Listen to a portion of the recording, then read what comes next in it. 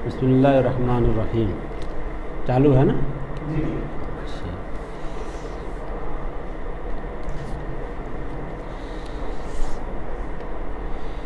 ये आप लोगों को पढ़ना है सही मुस्लिम। सही मुस्लिम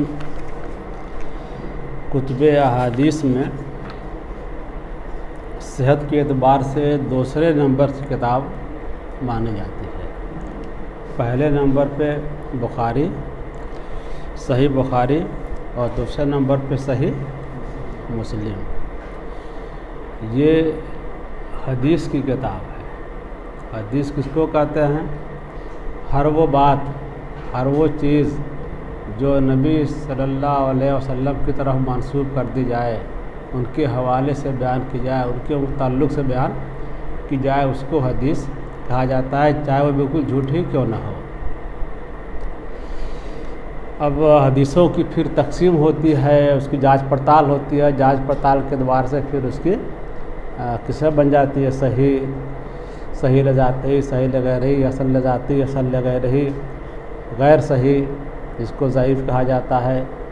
फिर मौजू, बिल्कुल गढ़ी हुई बात, उसमें भी मुख्तलिफ़ किस्म, सही में भी मुख्तलिफ़ किस्में बन जाती हैं। मरफू, मौकूफ़, मक़तू, फिर इनकी भी कई किस्में बन जाती हैं। मुरसल, मोज़ल, मुअल्लक़, मुनक़ता, इस तरह की बहुत सारी किस्में बन जाती हैं। तो हर वो बात जो अल्लाह के नबी की तरफ मंसूब की जाए, चाहे जिस चीज़ से भी मुताल्लिक़ हो, जो अल्लाह की तरफ, अल्लाह के नबी की तरफ मंसूब कर दी गई, उसको हदीस कहा जाता है। अब फिर उसकी जांच पड़ताल होती है कि उसका इंतसाब अल्लाह के नबी की तरफ सही है या सही नहीं है। अगर सही है तो असल हदीस वही है, नहीं सही है तब भी उसको हदीस ही कहा जाता है। गैर सही, मौजू या कुछ और नाम उसको दिया जाता है। सही की भी मुख्तलिफ़ किस्में बन जाती हैं, सब मुतवातिर, मशहूर, अज़ीज़, गरीब, इस तरीके से बहुत सारी किस्में बन जाती हैं। तो आम तौर से जो तारीफ़ की जाती है कि अल्लाह के नबी के अक़वाल, अफ़आल, उनकी तकरीर का मतलब तस्वीर कह लो उसको, यानी कोई काम किया गया आपके सामने या आपके अदम मौजूदगी में, और फिर आपसे उसका जिक्र किया गया तो आप उस पर खामोश रहे, या आपने किसी तरीके से उसकी तस्वीर कर दी, क्या ठीक है, चाहे खामोश रह करके, चाहे हाँ कह करके, जैसे भी तस्वीर कर दिया, तस्दीक कर दिया, उसको कहा जाएगा, उसी को इस्तिलाह में कहा जाता है तकरीर। फिर वो बातें जो आपकी ज़ात से मुताल्लिक़ हैं, आपके ज़ाती अखलाक से मुताल्लिक़ हैं, और आपकी साख्त और जो फितरी जो चीज़ें हैं, जैसे आवाज़ है, जिस्म की बनावट है, बोलने का अंदाज़ है, चलने का अंदाज़ है, बैठने का अंदाज़ है, नक्शा, शक्ल सूरत, ये सब चीज़ें जो बयान की जाती है, सबको हदीस कहा जाता है, सब हदीस हैं। अब वही तहक़ीक़ के बाद जो बात साबित होगी, असल हदीस वो है। बाकी इस्तिलाही एतबार पे सबको हदीस कह दिया जाएगा। तो सहाबा कराम आपकी बातों को सुनते थे तो महफूज करते थे, याद करते थे। बहुत से सहाबा उसको लिखते भी थे। बाद में चल करके हज़रत अमर इब्न अब्दुल अज़ीज़ रहमतुल्लाह अलैह ने बाकायदा इसका एहतमाम किया कि अल्लाह के नबी की हदीसों को जमा किया जाए। उसके बाद से बाकायदा जमा करने का सिलसिला शुरू हुआ। इस वक्त जो किताबें हमारे पास मौजूद हैं, उसमें मुअत्ता इमाम मालिक सबसे कदीम किताब है। उससे पहले की कोई किताब मौजूद नहीं है। मुअत्ता से पहले भी बाज़ किताबें वो तरतीब दी गई थी, या मुअत्ता के तरतीब देने के बाद भी क्या है, उसी के अंदाज़ पे बहुत सी किताबें लोगों ने मरतब की, लेकिन वो सब ज़ाय हो गई, हम तक नहीं पहुंच सकी। तो सबसे कदीम किताब मुअत्ता इमाम मालिक है। अल्लामा इब्न जुरैज एक मुहद्दिस है, सबसे पहले उन्हीं के बारे में कहा जाता है कि उन्होंने एक हदीस का मजमुआ तैयार किया था, लेकिन वो भी अब नहीं पाया जाता है। तो मुवत्ता ये कहना चाहिए कि वो सबसे पहली किताब है, तारीख़ इस्लाम की सबसे पहली किताब है जो इस वक्त मौजूद है। बाकी लिखी गई किताबें मौजूद नहीं है तो फिर सिर्फ कहा जा सकता है कि लिखी गई थी, लेकिन मौजूद किताबों में सबसे मुक़द्दम वही है। अब मुवत्ता में जो कुछ भी है, जितनी भी हदीसा है, चाहे जिस किस्मों के एतबार से, चाहे मरफू हो, चाहे मौकूफ़ हो, चाहे मक्तू हो, वो सब बुखारी में, मुस्लिम में या हदीस की और जो दूसरी किताब है उन सब में वो आ गई हैं। तुम लोगों ने पढ़ा होगा इमाम मालिक का बलागनी, जगह जगह कर देते हैं, उसको बलागाते इमाम मालिक कहा जाता है। वो भी सनद के साथ दूसरी किताबों में सब आ गई हैं, सिवाय 4 या 5 के। तो जो 4-5 नहीं आ सकी हैं वो भी अपने मफ़हूम के एतबार से वो सही हैं, अब तक उनकी सनद मालूम नहीं हुई। तो हदीस उसी वक्त कहा जाएगा जब किसी बात की सनद हो और सनद सही हो, अल्लाह के नबी तक जो सिलसिला पहुँच रहा है वो उसके नकल करने वाले आदिल और सिक्का लोग हों, तब उसको हदीस कहा जाएगा। वो हमारे लिए एक नमूना और हमारे लिए दलील हुज्जत बनेगी।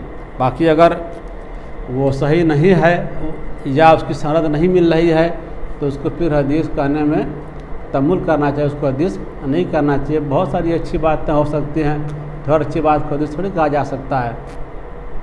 तो हदीस वो है जिसका सिलसिला रिवायत जो है वो अल्लाह के नबी तक पहुँचे, मालूम हो, सिक्का आदिल लोग उसको बयान कर रहे हों। तो मैं कह रहा था कि सबसे पहली किताब जो मौजूद किताब है उसमें मुवत्ता इमाम मालिक है, और उसका मकाम मर्तबा तमाम किताबों से भी आला है, इसलिए सबसे पहली किताब है, वो बुनियाद है। शाहुल्लाह मुहद्दिस देहली रहमतुल्लाह अलैह ने लिखा है कि उसी किताब को बुनियाद बना करके बाद के मुहद्दिसीन ने अपनी किताबें लिखी। वही बुनियाद है, वही एक नमूना है। उसी नमूने को सामने रख करके फिर लोगों ने तरह तरह की चीज़, तरह तरह की किताबें अलग अलग अंदाज से लोगों ने लिखी। जैसे एक चीज़ बन जाती है, पहले एक चीज़ बनती है, फिर उसी को सामने रख करके आदमी अपने ज़हन दिमाग से उसमें तनाव पैदा करता है, नई नई बात पैदा करता है, नई नई चीज़ याद करता है। तो ऐसे यहाँ भी एक नमूना सामने आया, उसको सामने रख करके फिर मुहद्दिसीन ने क्या है अपनी मेहनत से, अपनी जद्दोजहद से, अपनी तहक़ीक़ और तलाश से अपनी किताबें मुरत्तब की। तो ये इमाम मुस्लिम की किताब है जिसका नाम क्या है ये बहुत मुश्किल बताना बहुत मुश्किल काम है, इसलिए ख़ुद इमाम मुस्लिम ने मेरे ख़्याल में कहीं सराहत नहीं की है। आम तौर पे मुसन्निफ़ीन जो होते हैं वो अपनी किताब के मुकदमे में अपनी किताब का नाम ज़ाहिर कर देते हैं। इमाम मुस्लिम ने बहुत लंबा मुकदमा लिखा है और कुतुब हदीस में इतना जामे, इतना उम्दा और इतना तफसीली मुकदमा भी कहीं तुमको नहीं मिलेगा। लेकिन इसके बावजूद अपनी किताब का कोई नाम उन्होंने नहीं बताया। आम तौर पर सही मुस्लिम या जामे सहीह मुस्लिम इस तरीके से कहा जाता है, तो यही माना जाए कि इसका नाम यही है। अब इसी नाम से किताब मशहूर हो गई, उर्दू ज़बान में मुस्लिम शरीफ बोला जाता है तो मुस्लिम ही मान लो, वरना आम तौर पर जो लिखा है, देखो क्या लिखा तुम्हारी किताब पर है, as-sahih मुस्लिम है ना, as-sahih मुस्लिम। तो ये कह लो या अल-जामे सहीह मुस्लिम, तो इसका नाम यही है इमाम मुस्लिम। अच्छा एक बात और भी जान लो कि नबी सल्लल्लाहु अलैहि वसल्लम का ताल्लुक़ तो अरब से है, मदीने से है, लेकिन हदीस पे काम करने वाले ज़्यादातर वो सब क्या है, अजमी हैं। इमाम मुस्लिम भी क्या है, अजमी है। इमाम बुखारी भी अजमी है। इमाम मालिक अलबत्ता वो अजमी नहीं, वो तो मदीना के रहने वाले थे। इमाम शाफ़ी भी अजमी नहीं थे। तो इमाम मुस्लिम ये अजमी थे। खुरासान बहुत मशहूर जगह है, तुम लोगों ने पढ़ा होगा, सुना होगा। उसके इलाके में एक मशहूर है नेसापुर। तो नेसापुर के रहने वाले थे। इस्लामी तारीख़ में 2 शहर बहुत अहमियत के हामिल है, एक बगदाद इराक़ का दारुल खिलाफा है वो, क्या कह सकते हैं दारुल खिलाफा को, हैं? दिल्ली को तुम लोग क्या कहते, दारुल सल्तनत आजकल क्या बोला जाता है, हैं? राजधानी। तो इराक़ की राजधानी आजकल है कौन, और पहले भी राजधानी था वो, तो इराक़ बगदाद और दूसरा निशापुर। यहाँ से बहुत सारे मुहद्दिसीन फ़ुक़हा मुफ़स्सिरीन पैदा दोनों जगहों से, बगदाद से भी और निशापुर से भी। तो पहले नंबर पे बगदाद है, दूसरे नंबर पे निशापुर है। तो इमाम मुस्लिम का ताल्लुक़ निशापुर से है। उनका नाम है मुस्लिम बिन अल हज्जाज, मुस्लिम बिन अल हज्जाज उनका नाम है। कुनियत अबुल हसन या अबुल हुसैन है। अबुल हसन मशहूर कुनियत उनकी, अबुल हुसैन भी कहा जाता है। और असाकिरुद्दीन उनका लक़ब है। ये पैदाइश के मामले में इख्तलाफ है कि कब पैदा हुए। ये 206 हिजरी में पैदा हुए। आम तौर पर लोगों ने यही माना है कि 206 में पैदा हुए, चूँकि उनके एक शागिर्द ने ये बतलाया है कि जब उनकी वफ़ात हुई इमाम मुस्लिम की, तो 261 में उनकी वफ़ात हुई, 261 हिजरी में उनकी वफ़ात हुई। तो ये बताया उनके शागिर्द ने, एक शागिर्द ने, कि 261 हिजरी में उनकी वफ़ात 55 साल की उम्र में हुई। अब बताओ कि 261 में से 55 निकालो, कितना बचेगा? 261 में से 55 निकाल दो, हैं? 206। इससे तय हो जाता है कि 206 में वो पैदा हुए। बाकी इसके अलावा और भी अक़वाल हैं, 204 के भी हैं, 205 के भी हैं, 206 के भी हैं, 207 के भी हैं, मुख्तलिफ़ अक़वाल मिलते हैं। लेकिन आम तौर पर लोगों ने 206 को माना, इसलिए कि उनके शागिर्द ने बतलाया कि 255 साल की उम्र में उनका इंतकाल हुआ, तो 261 बनता है। और बस शुरू ही में इनको हदीस की तरफ तवज्जो हो गई, शौक़ पैदा हुआ। और उनके ज़माने में जो इल्म के मराकिज़ थे, इराक़, बगदाद, शाम, मिस्र वग़ैरह, मक्का, मदीना, हिजाज़ को कहा जाए, तो हर जगह का उन्होंने सफ़र किया तलब हदीस में। इमाम बुखारी भी उनके उस्ताद हैं, और मोहम्मद बिन यहया ज़ुहली एक बहुत बड़े मुहद्दिस हैं। बाद में इन्होंने अपना नज़रिया तब्दील कर लिया, ये मुतज़ली हो गए। जो इस्लाम में मुख्तलिफ़ फ़िरक़े पैदा हुए, उसमें एक फ़िरका मुतज़लियों का था। तो आम तौर पर बहुत ज़हीन लोग वो मुतज़ली हो गए, ये भी मुतज़ली हो गए थे, हालांकि बहुत बड़े आलिम थे।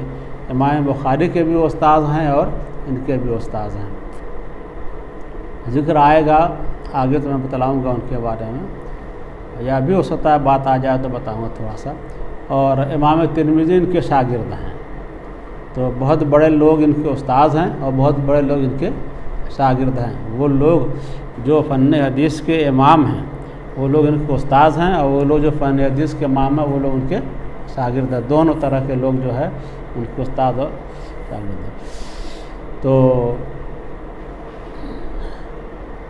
बहुत बड़े मुहद्दिस माने जाते हैं। तो हम लोग जानते हैं, उसको बताने की ज़रूरत नहीं।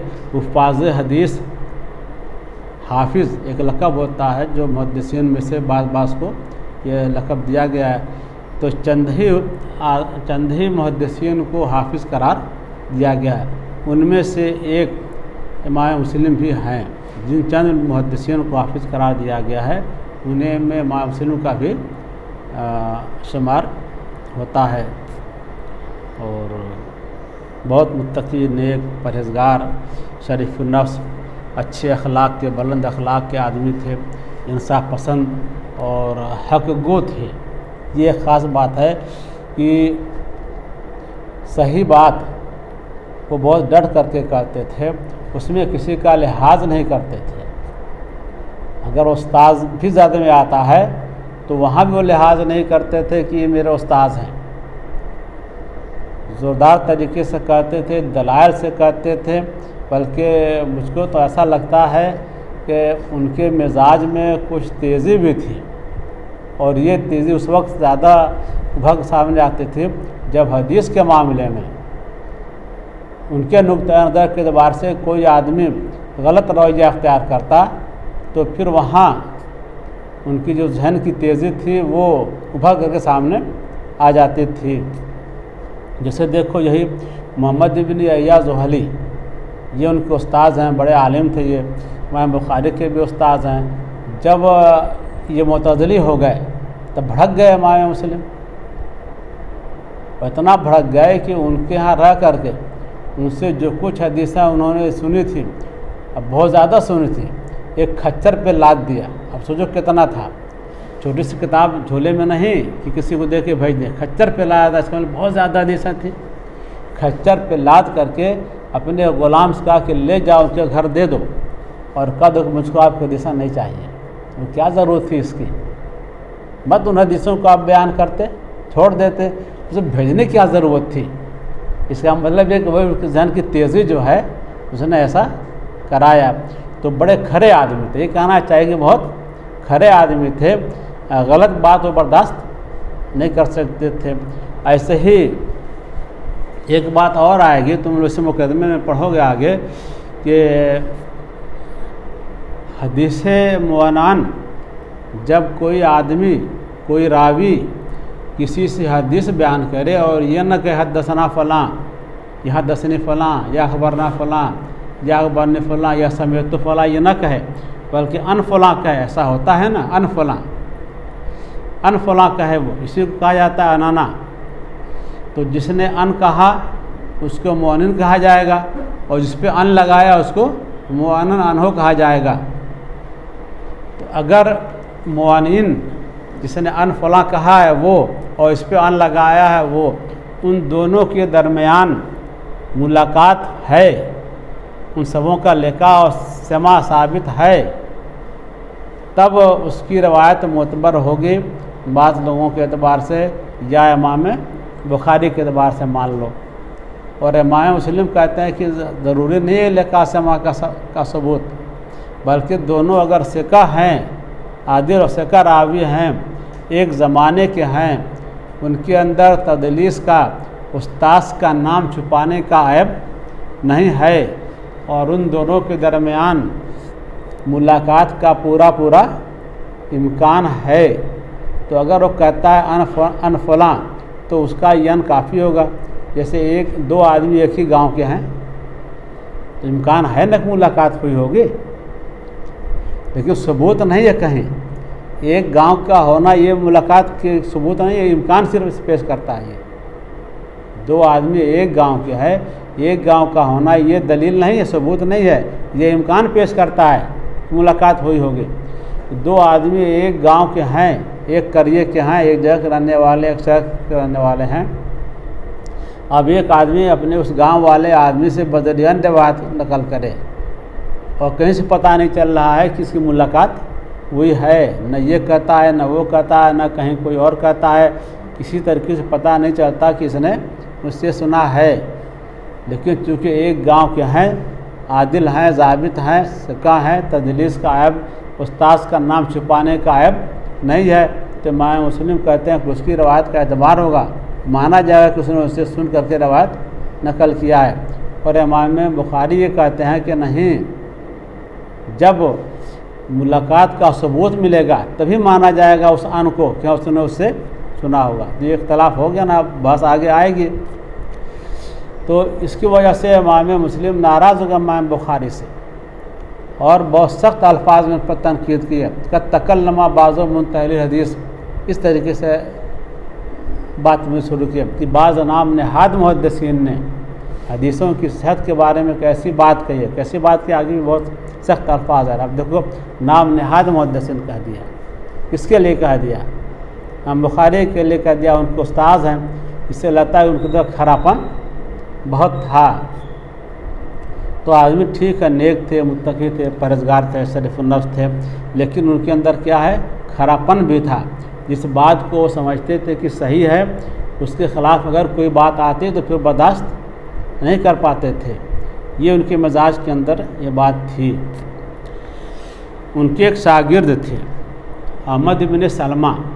किताब के शुरू में देखो उन्होंने जो आगाज़ किया है तहमीद के बाद, अम्मा बाद फ़इन्नका यरहमुकल्लाह, ही है ना, फ़इन्नका यरहमुकल्लाह।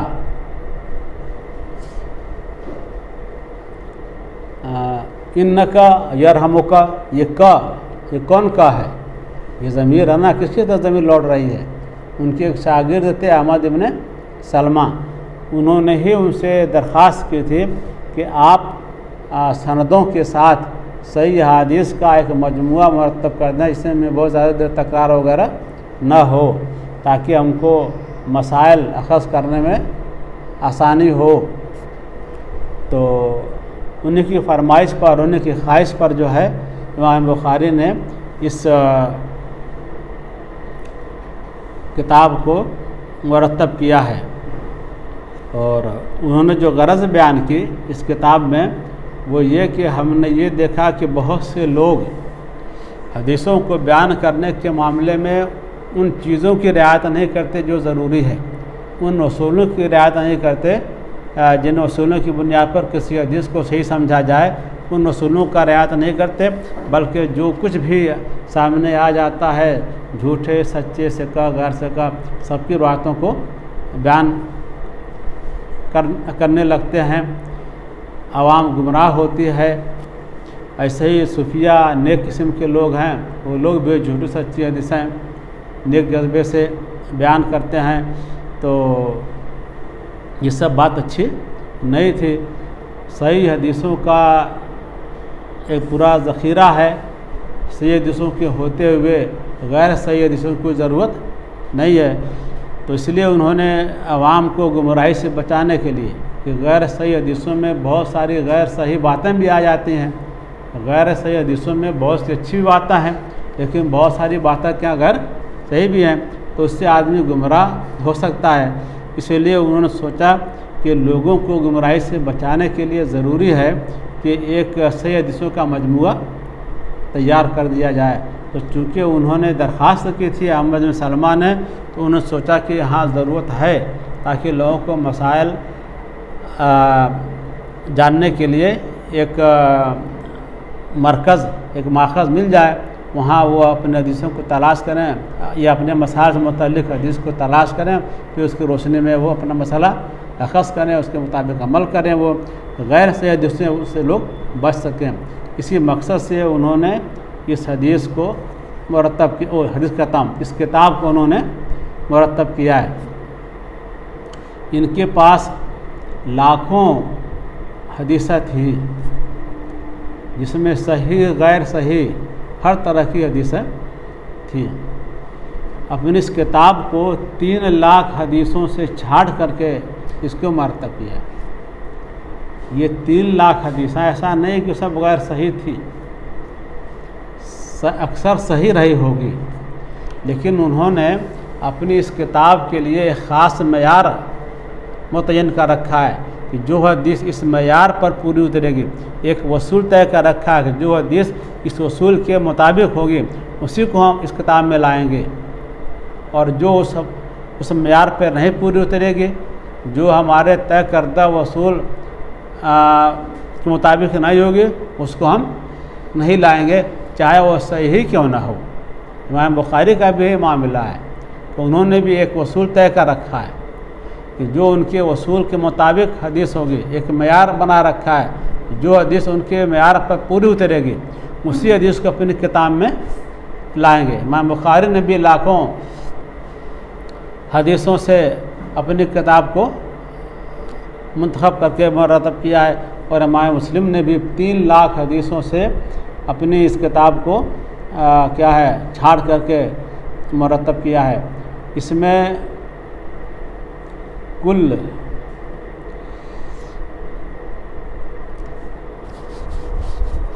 बहुत से सब बार बार आ जाती हैं, एक हदीस यहाँ आई फिर वो हदीस दोबारा आ जाती है, इसको कहा जाता है मुकर्रर या मुकर्ररात। तो अगर मुकर्ररात को भी शामिल कर लिया जाए तो फिर 12,000 हदीसें इस किताब के अंदर हैं। यानी एक हदीस दो बार आए उसको दो शामिल कर लिया जाए, एक हदीस 4 बार आए तो उसको 4 मान लिया जाए। इस तरीके से कुल 12,000 हिस्से होते हैं। अगर मुकर्ररात को छोड़ दिया जाए, एक हदीस 4 बार आए तो उसको एक ही माना जाए, एक हदीस 4 बार आई तो उसको एक माना जाए, 4 ना माना जाए। तो अगर ऐसा कर दिया जाए तो फिर ये किताब 4,000 हदीसों पर क्या मुश्तमिल है। तो यही समझ करके चलो कि 4,000 हदीसों पर मुश्तमिल है।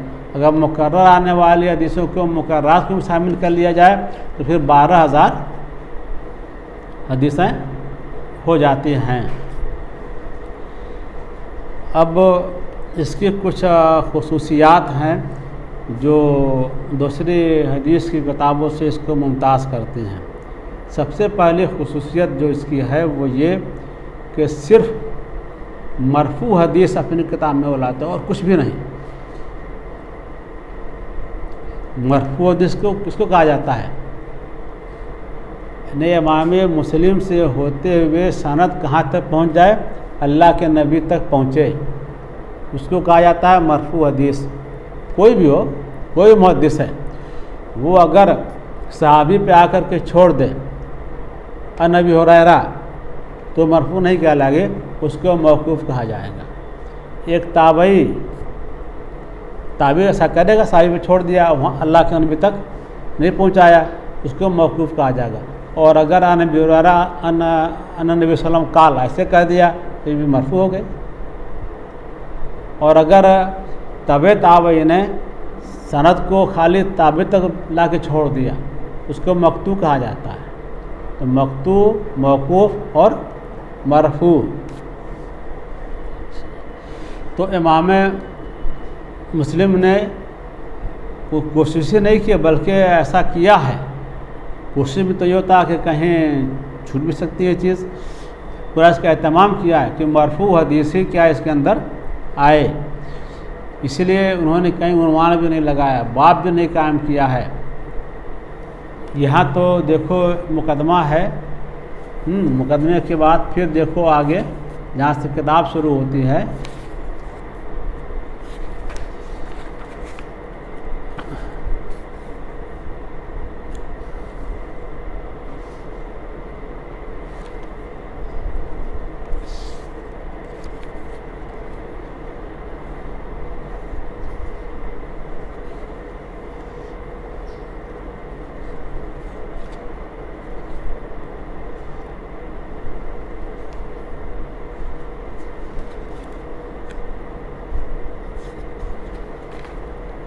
सफ़ा 25 निकालो।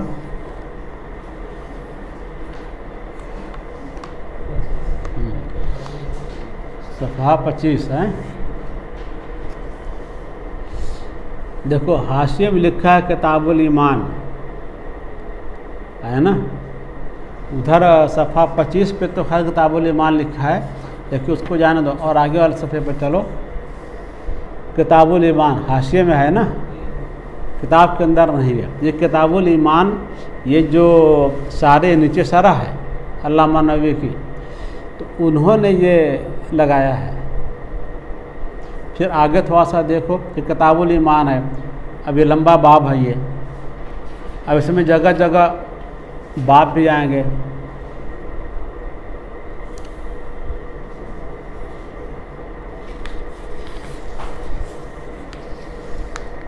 सफ़ा 30 पे देखो,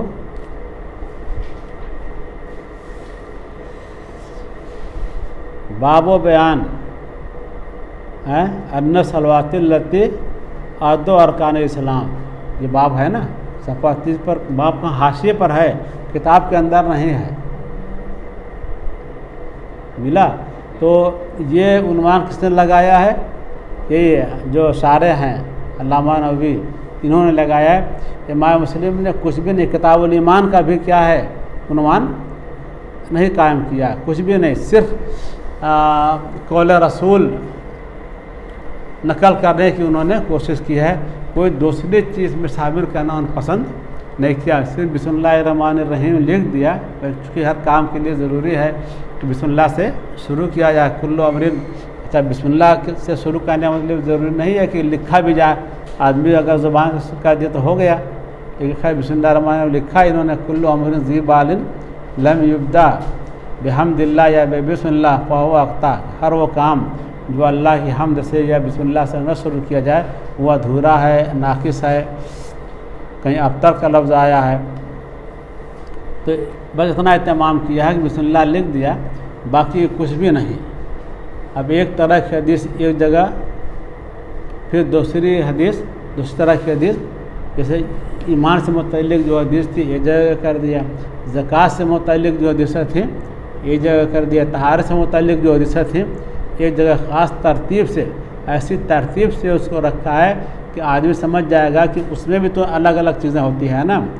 तो अब देखो जगह जगह उन्वान लगा दिया है वो अल्लामा नबी ने। तो उन्होंने गोया अल्लाह के नबी की बात के साथ कोई और बात अपनी तरफ शामिल करना उन्होंने पसंद नहीं किया। ये उनका ख़ास क्या है, ख़ास खुसूसियत उनकी है, कुछ भी नहीं। जबकि इमाम बुखारी का मामला यह है या और भी मुहद्दिस का मामला यह है कि दूसरों के अक़वाल नकल कर देते हैं, सहाबा के अक़वाल, अइम्मा के अक़वाल नकल कर देते हैं, उलमा के फतावे नकल कर देते हैं, अपनी बात बहुत से लोग अकूल करके अपनी बात भी इसमें शामिल कर देते हैं। लेकिन इमाम मुस्लिम ने ऐसा कुछ भी नहीं किया। वो गोया अपना रुझान, अपनी राय या किसी का रुझान, किसी की राय इसमें शामिल करने की ज़रूरत नहीं महसूस की, ताकि आदमी खुद हदीस को पढ़े और अपने से अपना रुझान बनाए। वो बात समझ रहे हो कि नहीं? हम अगर कुछ ऐसी चीज़ें रख दें जिससे एक रास्ता निकल आएगा, आदमी उधर चला जाएगा, और कुछ ना कोई बात ना रखिए, खाली हदीस खाली आयात सामने रख दी जाए तो आदमी अपने से गौर करेगा तो अपनी राय कायम करेगा।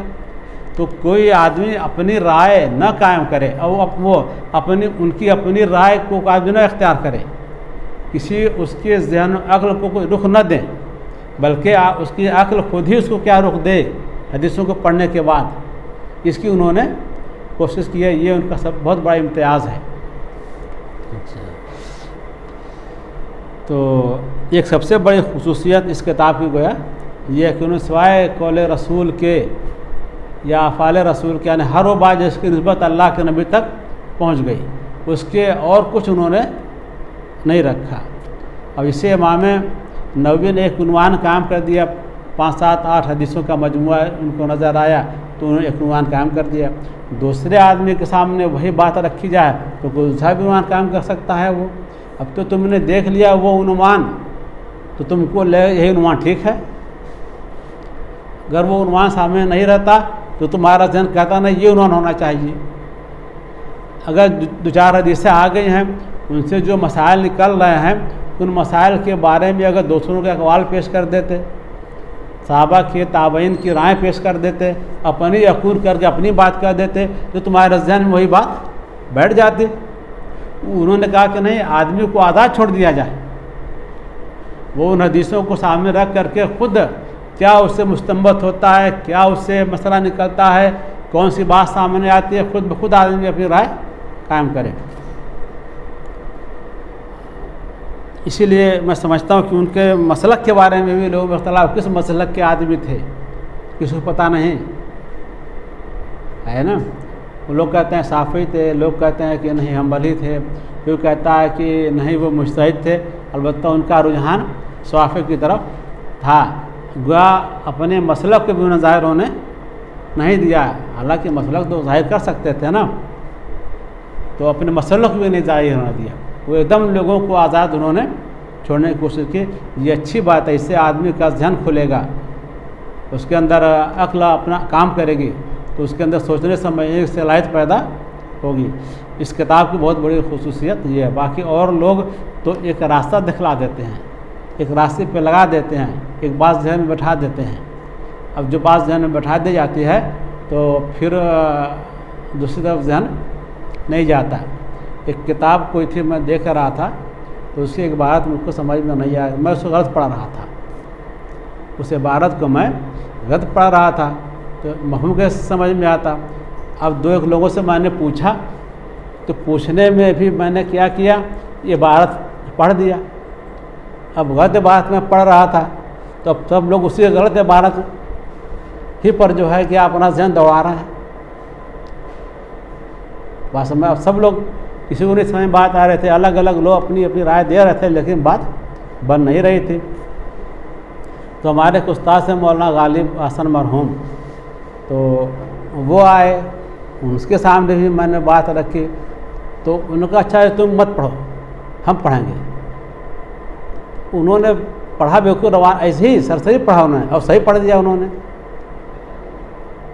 जब सही पढ़ दिया तो उनके बताए बगैर सबको बात समझ में आ गई। मुझे को नहीं, जितने लोग वहाँ थे सबको बात समझ में आ गई। हम लोग गलत पढ़ रहे थे तो उसी में सब लोग उधर चला गया।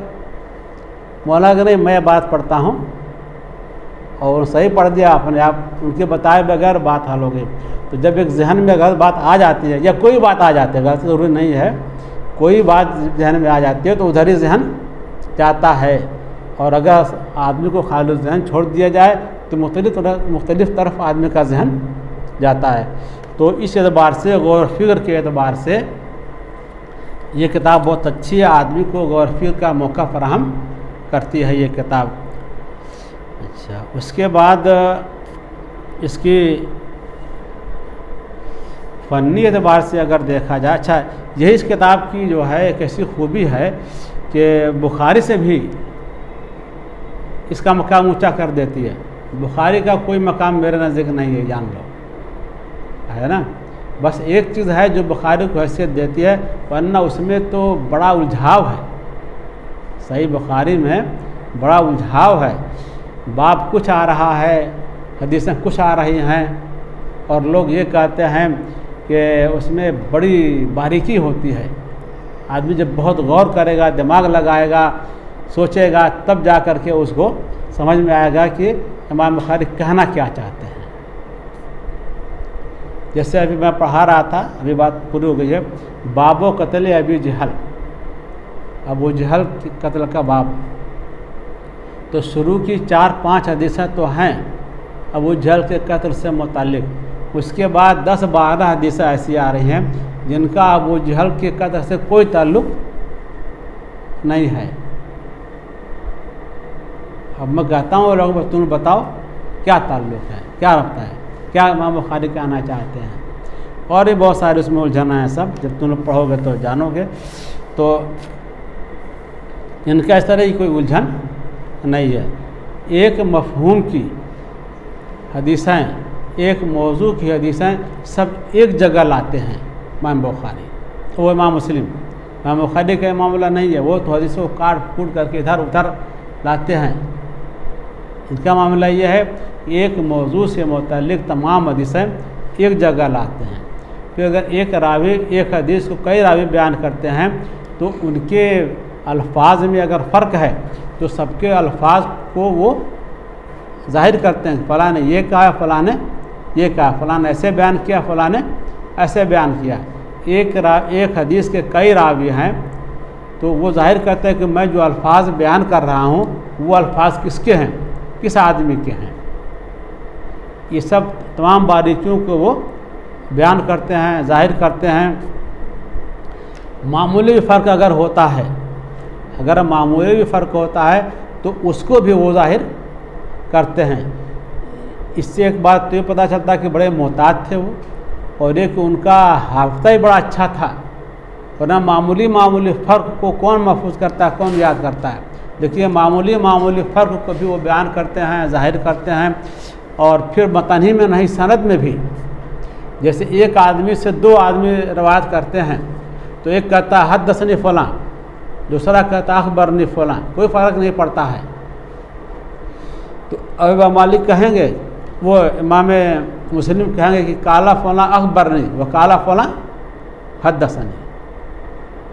ये नहीं कह देंगे फ़लाँ ने मुझसे बयान किया उन फ़लाँ से, ऐसा नहीं, बल्कि हमसे फ़लाँ ने बयान किया और इन्होंने कहा अखबरनी फ़लाँ ने कहा हद्दसनी फ़लाँ। इस सारा फ़र्क जो है वो ज़ाहिर कर देते हैं। यहाँ तक के नामों में भी अगर फ़र्क है थोड़ा सा तो उसको भी ज़ाहिर करते हैं। अगर किसी ने कहा हद्दसनी इस्माइल और किसी ने कहा हद्दसनी इस्माइल बिन उलैया, तो क्या फ़र्क पड़ता है, इस्माइल तो इस्माइल ही रहेंगे, चाहे बिन उलैया कहो चाहे मत कहो। लेकिन वो यहाँ भी गए काला फ़लाँ हद्दसनी इस्माइल, काला फ़लाँ हद्दसनी इस्माइल बिन ओलैया। तो इससे उनकी एहतियात को पता चलता है, जैसे उन्होंने सुना है, जो चीज़ जैसे उनको मिली है वो वैसे ही बयान करते हैं। ये नहीं कि उसको क्या है सबको मिला उला करके ख़ास अंदाज से बयान कर दे, नहीं, जो चीज़ जैसे उनको मिली है वैसे वो बयान करते हैं। कहीं जो भी फ़र्क है, जिस तरह का भी फ़र्क है, चाहे बिल्कुल मामूली क्यों ना हो, उसको भी क्या है वो जारी करते हैं। एक बात हो गई। दूसरी बात यह है कि एक हदीस अगर मुख्तलिफ सनदों से आती है, उसको तुरुक बोला जाता है, मुख्तलिफ तुरुक से आती है, तो उन तमाम तुरुक को, तमाम सनदों को वहीं पर बयान कर देते हैं, चाहे पहले चाहे बाद में। तो ये दूसरी खुसूसियत है कि तमाम रवात के अल्फाज को, उनमें जो फ़र्क होता है उसको, और हदीस की जितनी सनदें हैं वो सब सनदों को एक ही जगह वो बयान कर देते हैं। इमाम बुखारी का मामला ये है, अगर एक हदीस कई सनद से आती है तो एक सनद से उसको यहाँ नकल करेंगे, फिर उसी हदीस के दूसरी सनद से कहीं और नकल कर देंगे, तीसरी सनद से कहीं और नकल कर देंगे। तो इसकी ज़रूरत पड़ती है, एक हदीस कितनी सनदों से आ रही है उसकी ज़रूरत पड़ती है। तो इमाम बुखारी के यहाँ यदि पता नहीं चलेगा, पहले तो ये तलाश करो कि हदीस कहाँ कहाँ आई है। जहाँ जहाँ आई है वहाँ तुम देखो कि वहाँ किस सनद से आई है, वहाँ किस सनद से आई है। इमाम मुस्लिम का ऐसा नहीं, एक ही जगह सारी बात मिल जाएगी। तो जो फ़नी खूबी है तरतीब, उसने तरतीब के एतबार से और फ़नी खूबी के एतबार से भी इस किताब का कोई जवाब नहीं है। फ़नी खूबी उससे तरतीब का तो कोई एहतमाम बुखारी के यहाँ नहीं है। तो ये दूसरी क्या है खुसूसियत सही मुस्लिम की हो गई। तीसरी खुसूसियत सही मुस्लिम की ये है कि उन्होंने इस बात का एहतमाम किया है कि वही हदीस अपनी किताब में लाएं जिसको दो सहाबी अल्लाह के नबी से नकल करते हों, जिसको दो सहाबी अल्लाह के नबी से नकल करते हों। फिर उस दो सहाबी से दो ताबई नकल करते हैं, फिर ताबई से दो तबे ताबई नकल करता है। यानी हर तबके में दो दो आदमी उसको नकल करने वाले हों। सहाबी के तबके में दो, ताबई के तबके में दो, तबे ताबई के तबके में दो, और ऐसे एकदम अपने तक कोया। तो इसका एहतमाम करते हैं वो, लेकिन हर जगह ऐसा नहीं है। ज़्यादातर ताबई सहाबी के तबके में दो दो आदमी हैं, उसके बाद वाले तबके में कहीं हैं, कहीं बंद कर दो भाई, मोबाइल बंद कर दो, क्यों बार बार फोन आ रहा है। बार इसका उन्होंने तमाम किया कि हर तबके में दो दो रावी हों, लेकिन ये तमाम हर जगह नज़र नहीं आता है। लेकिन ताबई और तबे ताबई के तबके में दो दो आदमी मिलते हैं, तो इसका भी उन्होंने तमाम किया है। तो सब 3-4 हो गई, 4-5-6 खुसूसियात हैं, सब मैंने इसमें बयान कर दिया। पहली खुसूसियात क्या है कि फ़नी एतबार से, तरतीब के एतबार, उसने तरतीब के एतबार से ये तमाम किताबों से फ़ौक़ियत रहती है। तमाम तुरुक को इकट्ठा कर देते हैं, एक मज़मून की हदीस को एक जगह जमा कर देते हैं, और जो फ़नी खूबियाँ हैं इन सब एतबार से वो सबसे फ़ायक है। इसका मुकाबला कोई और किताब नहीं कर सकती। तो ये पहली खूबी गुआ हो गई। दूसरी ये मान लो कि कोशिश ये करते हैं कि सहाबी और ताबी और तबे ताबी के तबके में दो दो आदमी बयान करने वाले हों, ये दूसरी खूबी हो गई।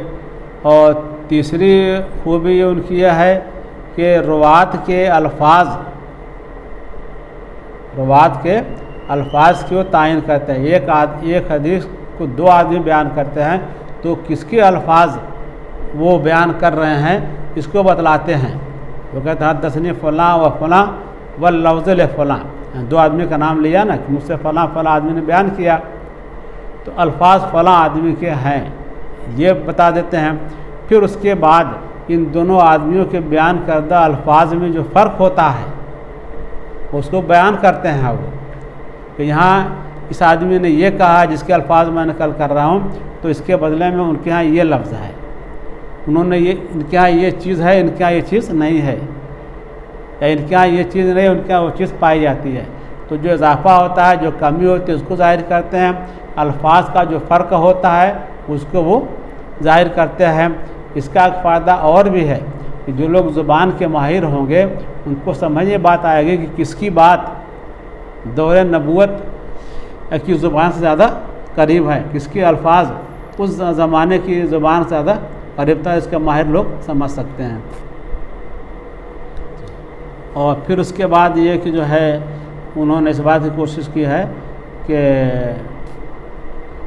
वो सिर्फ मुत्तसिल मरफू मुत्तसिल हदीसी लाए, मरफू मुत्तसिल हदीस लाए। मरफू का मतलब जिसकी सनद अल्लाह के नबी तक पहुँचे, मौकूफ़ नहीं, मकतू नहीं। मौकूफ़ का मतलब ये होता है कि आदमी सनद को सहाबे पर ला करके छोड़ दे, उसको मौकूफ़ कहा जाएगा। रावी जो है ताबई तक ला करके छोड़ दे सनद को, उसको कहा जाता है मकतू। और अगर आदमी क्या है सनद पहुँचा दे अल्लाह के नबी तक, तो उसको कहा जाता है मरफू। तो मरफू मुत्तसिल, मुत्तसिल का मतलब क्या है कि जो रावी, जैसे इमाम मुस्लिम हैं, तो इनसे और अल्लाह के नबी तक के दरमियान जो वास्ते हैं उनमें कहीं कोई वास्ता छूटा ना हो, उसी को कहा जाता है मुत्तसिल। अगर वास्ता छूट जाता है तो कहीं किसी को कहा जाता है मुनक़ता, किसी को कहा जाता है मौज़ल, किसी को कुछ और कहा जाता है, इस तरह मुख्तलिफ नाम आता है। तुम लोगों ने पढ़ा होगा तफसीर उसूल हदीस में। तो बीच में कहीं कोई रावी छूटा हुआ ना हो, मुसलसल हो, वो है ना, उसी को कहा जाता है मुत्तसिल। मुसलसल हो और क्या है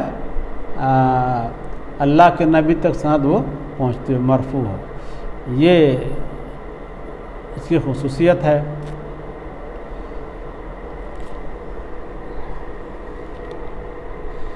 मेरे ख्याल में और तो कोई बात शायद अब नहीं रह गई है बताने की मुस्लिम से मुताल्लिक़। कोई बात तुम लोगों के जहन में हो तो बतलाओ। इमाम मुस्लिम के बारे में ये आता है कि उनकी वफ़ात का एक अजीब गरीब किस्सा है। कोई हदीस तलाश कर रहे थे, वो उनके पास जो कापी किताब थी तलाश कर रहे थे, नहीं मिल रही थी। और एक सामने एक टोकरे में खजूर रखी हुई थी, तो खजूर खाते जा रहे थे और अपनी हदीस तलाश कर रहे थे। खाते खाते पूरा टोकरा खा गए, उनको एहसास नहीं हुआ। तो तलाश कर रहे थे क्या अपनी हदीस तो मिल गई, लेकिन टोकरा क्या हो गया, साफ़ हो गया खाते खाते। अब वो ज़्यादा खजूर खा गए, वो पेट में जा कर के उसको फूलना था, वो खजूर फूल गई, तो पेट उनका फूल गया, बेचारे परेशान हुए, तकलीफ में चला हो गए। और फिर उससे अच्छे नहीं हुए, वही ज़्यादा खजूर का खा लेना उनकी मौत का सबब बना। ये बहुत मशहूर बात है, मैंने कहा तुम लोग बतला दूँ मैं। इसीलिए कहा जाता है कि खाने के वक्त, खाने के दौरान कोई और काम न किया जाए, आदमी की सारी तवज्जो खाने पर रहे, वरना बेहतियाती में कुछ का कुछ हो सकता है, हो जाता है। ब्लड प्रेशर के मरीज़ बहुत से लोग होते हैं, तो उसमें एक सबब ये भी होता है कि खाने के दौरान आदमी मोबाइल देखे, टीवी देखे या किसी और काम की तरफ मुतवज्जह हो, खाने की तरफ उसकी तवज्जो न हो, तो इससे भी क्या ब्लड प्रेशर पैदा होता है। बहरहाल तो ये तो ज़िमनी बात आ गई थी। तो और कोई बात हो तो बताओ, बाकी इसके बाद फिर कल पढ़ा जाएगा। सबसे पहले मुकदमा पढ़ेंगे। एक चीज़ और, सेहत के एतबार से बुखारी का दर्जा मुस्लिम से बड़ा है। बाकी किसी एतबार से मुझको नहीं लगता कि बुखारी का दर्जा मुस्लिम से बड़ा है। तुम लोग पढ़ोगे मुकदमा इब्न खलदून में, अल्लामा इब्न खल्दून ने लिखा भी है कि मगारबा मुस्लिम को बुखारी पर तरजीह देते हैं, तो उनकी बात सही है। वही फ़नी एतबार से देखा जाए तरतीब और तसनीफ़ की जो खूबियाँ हैं उसके एतबार से देखा जाए तो जितना आदमी को फ़ायदा मुस्लिम से पहुँचेगा उतना बुखारी से नहीं पहुँच सकता। एक आदमी को एक हदीस चाहिए किसी फ़न से मुतल्लिक़, किसी मसले से मुतल्लिक़, तो मुस्लिम में जितनी हदीसा हैं उससे मुतल्लिक़ सब एक जगह मिल जाएंगी। बुखारी में ढूंढा करो। अब खैर थोड़ा आसान हो गया, लोगों ने तहकीक करके कौन सी हदीस कहाँ कहाँ आई है, कैसे कैसा ये सब बता दिया, तो थोड़ा आसान हो गया, वरना पहले तो बहुत मुश्किल ये बात थी। तो फ़नी एतबार से, तरतीब और तसनीफ़ की खूबी के एतबार से बुखारी मुस्लिम का दर्जा बुखारी से बरतर है। और जो अल्लामा इब्न खल्दून ने कहा है कि मगारबा इसी को फ़ौक़ियत देते हैं, तो बात सही है। एक एतबार से अलबत्ता बुखारी का दर्जा क्या है, फ़ायक है, वो ये कि सेहत के एतबार से, सेहत के एतबार से बुखारी का दर्जा मुस्लिम पर फ़ायक है। बुखारी के जिन रावियों पर कलाम किया गया है, जिनके बारे में ये कहा गया कि इनसे इमाम बुखारी को रिवायत नहीं लेनी चाहिए थी, ऐसे लोगों की तादाद 80 है।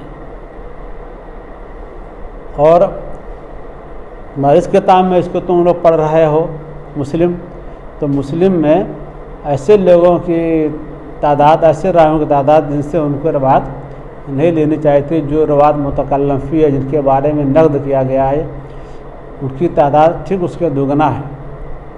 80 के ठीक दुगना कितना, 170 है, 160 तादाद है। एक बात तो ये हो गई कि मुतकल्लम फ़ी रिवायत बुखारी में कम है, आधे हैं मुस्लिम के मुकाबले में, और मुस्लिम में बुखारी के मुकाबले में दुगना है। फिर दूसरी बात यह है कि जो मुतकल्लम फ़ी रिवायत हैं मुस्लिम में वो बुखारी में, तो इमाम बुखारी ने उनसे बहुत कम किसी से एक, किसी से दो रिवायत ली है, तो क्या उनसे रिवायत भी उन्होंने बहुत कम ली है। और इमाम मुस्लिम कहाँ क्या, एक तो यह है कि वो मुतकल्लम फ़ी रिवायत भी ज़्यादा हैं और उनसे रिवायतें भी उन्होंने ज़्यादा ली हैं। तो अब सही रिवायत किस में ज़्यादा हुई, बुखारी में ज़्यादा हुई, मुस्लिम में कम। भाई अगर मान लिया जाए कि 80 आदमियों से इमाम बुखारी ने 3 रिवायतें ली, औसत मान लो एक आदमी से 3 रिवायतें ली, तो कितने हो गए, 8 3 24 240। और इमाम मुस्लिम को भी मान लिया जाए कि उन्हें औसत एक आदमी से 3 रिवायतें ली, तो अब 160 का 3 गुना करो, कितना हो जाएगा, तकरीबन 400 में 10 कम, इतना अवतार बन जाएगी। तो बुखारी में कितना हो रहे हैं, 240, और उनके यहाँ 400 के आसपास हो जाते हैं। तो मुतकल्लम फ़ी रिवायत बुखारी के यहाँ कम है, मुस्लिम में ज़्यादा। इनकी रवायतें मुतकल्लम फ़ी रावियों की रवायतें बुखारी में कम है, मुस्लिम में ज़्यादा। इस एतबार से, सेहत के एतबार से कहा जाए तो बुखारी का दर्जा मुस्लिम से बरतर है। बाकी और किसी नुक्ता नज़र से या फ़नी एतबार से कहा जाए तो इसी का दर्जा क्या है, उससे बरतर है। बुखारी का मामला ये है, उन्होंने जो उन्वान कायम किया है, हदीस कुछ आ रही है, उन्वान कुछ और लगा हुआ है, तो उससे भी आदमी को क्या है, गौर व फिक्र करने का मौका मिलता है, ज़हन दिमाग खुलता है, सोचने की आदमी को तरगीब मिलती है, उससे सोचता है आदमी, ये फ़ायदा तो उसका है ना। लेकिन जो सोच करके जो नतीजा अखज़ करेगा वो उतना मुफीद नहीं हो सकता जो यहाँ पर मुस्लिम की जो हदीसें सामने है उनको सामने रख करके जो मसाइल वो अखज़ करेगा, इसका जो फ़ायदा होगा, इसकी जो अहमियत होगी, वहाँ पर वो अहमियत नहीं हो सकती। कहीं कहीं है ऐसा मामला, कहीं कहीं ऐसा मामला है। हदीसों के बाज़ ऐसे पहलू होते हैं जिसको आम तौर पर समझता है किसी को ये ज़रूरत नहीं है, ये काबिल इत्तेफाक चीज़ नहीं है, उसको आदमी नज़रअंदाज कर देता है। लेकिन इमाम बुखारी उसी बात को जिसको लोग समझते हैं कोई चीज़ नहीं है, कोई अहमियत की चीज़ नहीं, नज़रअंदाज कर देते हैं, उसी नाकाबिल इत्तेफाक पहलू को इमाम बुखारी पकड़ लेते हैं, उसी को सामने रख करके उन्वान कायम कर देते हैं। अब जब उन्वान कायम कर देते हैं, अब आदमी उस पर जब ध्यान देता है तो समझ में आता है कि इससे तो ये एक मसला निकलता है। तो ऐसा है कहीं कहीं, ये बहुत अहम चीज़, बारीक चीज़ है, ये इमाम बुखारी का भी एक इम्तियाज़ है। लेकिन ये चीज़ हर जगह नहीं है, ये चीज़ हर जगह नहीं है। अब जैसे एक उन्वान है, बाबो फजले मन शहदा बदर, उन लोगों की फजीलत का बाब जो ग़ज़वा बदर में शहीद हुए। अब एक हदीस वो ऐसी लाते हैं इसमें सिर्फ ये है कि फलां आदमी ग़ज़वा बदर में शरीक था, फलां आदमी ग़ज़वा बदर में शरीक था, ये हदीस लाते हैं। तो उससे क्या उसकी फजल निकल रही है? कुछ नहीं। अब आदमी क्या जहन दौड़ाए, कौन सी फजल निकल रही है? इस तरह के बहुत सारे मौक़े हैं जहाँ पर ख़ुद मैंने भी गौर फिक्र किया, तलबा से भी कहता हूँ तुम लोग भी सोचो, गौर फिक्र करो। और बहुत सारे लोगों से मैंने पूछा भी है, जो लोग बुखारी पढ़ाते हैं उनसे मैंने पूछा भी है यहाँ क्या रब्त है या कौन सी फजीलत निकलती है। तो लोगों ने टाल बोल दिया, कोई जवाब नहीं, हंस करके छोड़ दिया कि वो इमाम बुखारी जैसा दिमाग चाहिए समझने के लिए। तो अगर इमाम बुखारी जैसा दिमाग चाहिए समझने के लिए तो किताब की क्या ज़रूरत है? किताब तो ऐसी होनी चाहिए कि कम दिमाग वाला भी आदमी क्या है बात समझ ले, मसला खस कर ले, निकाल ले, तब ना किताब का फ़ायदा है। किताब लिखें और क्या है, बुखारी जैसा दिमाग चाहिए तो फ़ायदा क्या? हज़ारों में कभी कोई पैदा होगा उस तरह का? रोज़ तो इमाम बुखारी नहीं पैदा होंगे भाई, कभी कभार 100 साल 200 साल 1000 साल पर कभी कोई इमाम बुखारी जैसा आदमी पैदा हो सकता है, तो उसको फ़ायदा मिल सकता है। हम जैसे कमीर लोगों को जिसके पास कोई दिमाग नहीं है उनको क्या फ़ायदा मिलेगा? तो ये बात समझ में नहीं आती है। लेकिन हाँ कहीं कहीं है ऐसा, कहीं कहीं जो है उनका अनुमान जो है बहुत अहम है, जिसकी तरफ आदमी का जहन नहीं जाता लेकिन उनका जहन गया, उससे उन्होंने मसाइल उन्होंने अख़ज़ किया। बल्कि हादिसी ने कुरान की बात हर बाब से पहले वो कुरान की आयत भी नकल करते हैं, उसको भी लोग नज़रअंदाज कर देते हैं। न सारे कुछ लिखते हैं, न पढ़ाने वाले कुछ बतलाते हैं कि ये आयत क्यों आई है। लेकिन बाज़ मौक़े पर मैंने देखा है कि उन आयत को वहाँ ला करके उससे वो बहुत बारीक मसला अख़ज़ करते हैं जिसकी तरफ लोगों का जहन नहीं जाता। असल में बात यह है कि ये बुखारी में जो इंतशार नज़र आ रहा है और बहुत सारी बातें जो नाकाबिल फ़हम नज़र आ रही हैं, ऐसा नहीं है इमाम बुखारी की किताब का वो ऐब है, ऐब तो बताया लग रहा है। बात यह है कि इमाम बुखारी अपनी किताब को मुकम्मल नहीं कर पाए, उस पर नज़रसानी नहीं कर पाए। जब वो पूरे तौर पर अपनी किताब को मरतब कर दिए होते तो फिर वो किताब और ज़्यादा आलिशान होती। अब तुम लोग देखोगे कि उन्होंने उन्वान कायम कर दिया, बाब का लफ्ज़ रख दिया, उन्वान नहीं लगाया, सिर्फ बाब हदीस ला रहे हैं। अब वह उन्वान नहीं है, इमाम मुस्लिम तो खैर उन्वान लाते ही नहीं, बाप काम ही नहीं करते, वो बाप का लफ्ज़ रख दिया। फिर बाप का तरफ उन्वान आना चाहिए ना, उन्वान नहीं लाए हैं, हदीस ला दिए हैं। और कहीं ऐसा भी हुआ है कि उन्वान तो ला दिए हैं, हदीस नहीं लाए हैं। इससे क्या पता चलता है कि अभी किताब में काम बाकी था, वो अपना काम पूरा नहीं कर पाए।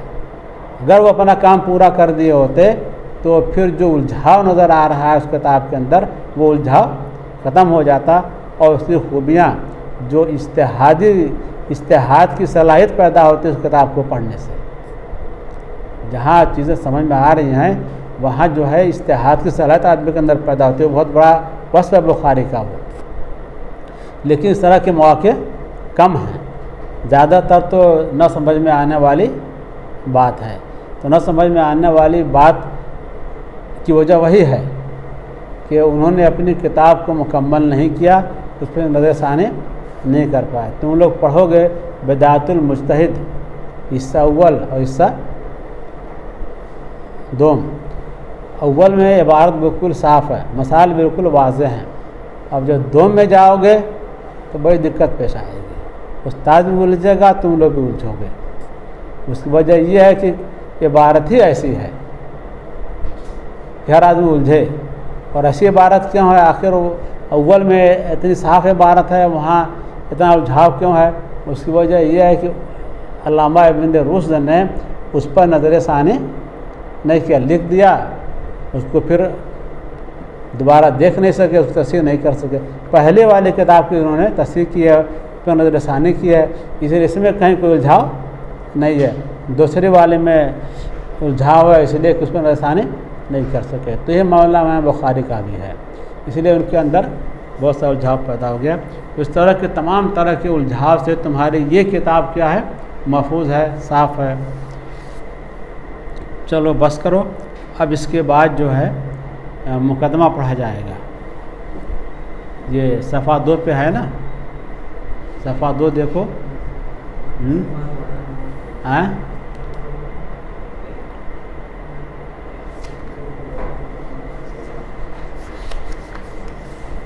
शुरू में भी सफ़ा 2 है, वो नहीं, सफ़ा 20 के बाद फिर सफ़ा 2 आ रहा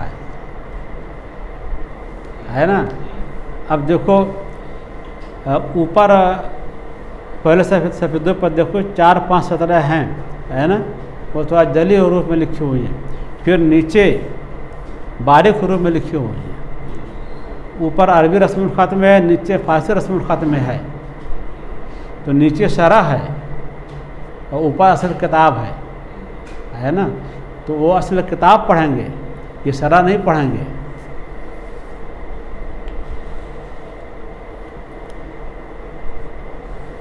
बस करो आ जाए। कितना वक्त हुआ भाई? 1 घंटा है।